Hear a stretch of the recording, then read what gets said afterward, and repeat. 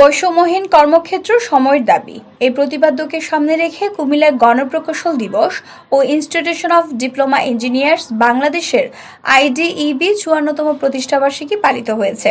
Institution of diploma engineers Bangladesh IDEB কুমিল্লার আয়োজনে শনিবার বেলা ১১টায় নবাব ফয়জুন্নেসা সরকারি বালিকা উচ্চ বিদ্যালয়ের অডিটোরিয়ামে এক আলোচনা সভা অনুষ্ঠিত হয়।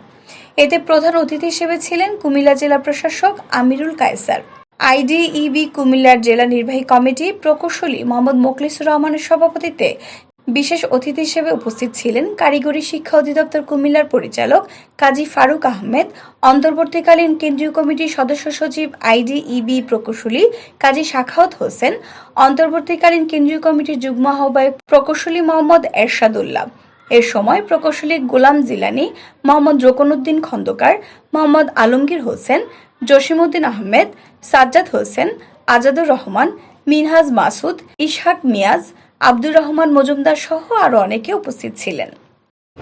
উন্নয়নের সাথে প্রকৌশলীরা ওতপ্রোতভাবে সম্পর্কযুক্ত সম্পৃক্ত।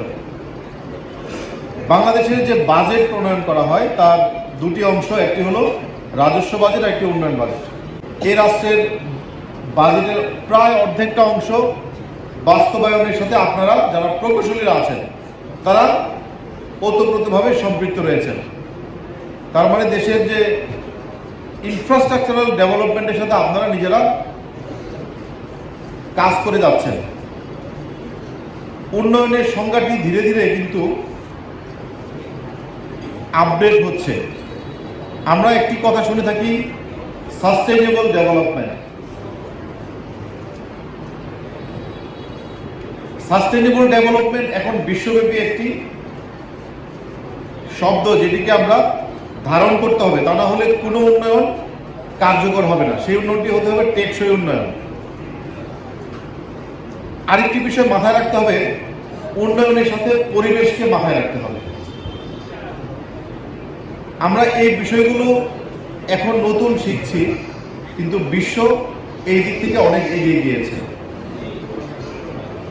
আপনি দেখেন যে আমি যদি স্ট্যাটিস্টিক্স বলি, পরিবেশ দূষণের কারণে, শুধুমাত্র বায়ু দূষণের কারণে প্রতি বছর প্রায় ৩০ লক্ষ মানুষ মৃত্যুবরণ করে সারা বিশ্বে।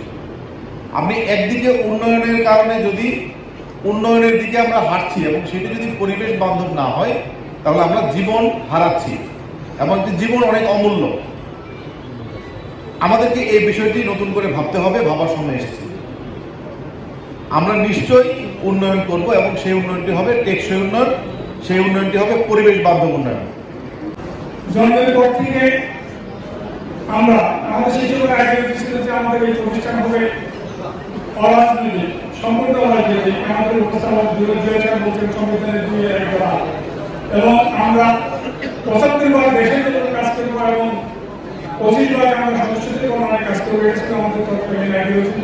এবং আমাদের সবুজ সরকার স্যারের কথা বলা হয়েছে প্রিয়তা, তার কথা ছিল যে আমরা আমাদের আইডিওলজি আমরা প্লেন লিভিং, সহজ সরল জীবন যাপন করবো, কিন্তু আমরা হাই থিঙ্কিং, আমরা আমাদের একাডেমিক চিন্তা কম, কিন্তু আমরা নিজেদের মধ্যে লেখাপড়া করবো এবং আমাদের তারা করেছেন সবুজ সরকার স্যারের শিক্ষা দিয়েছেন।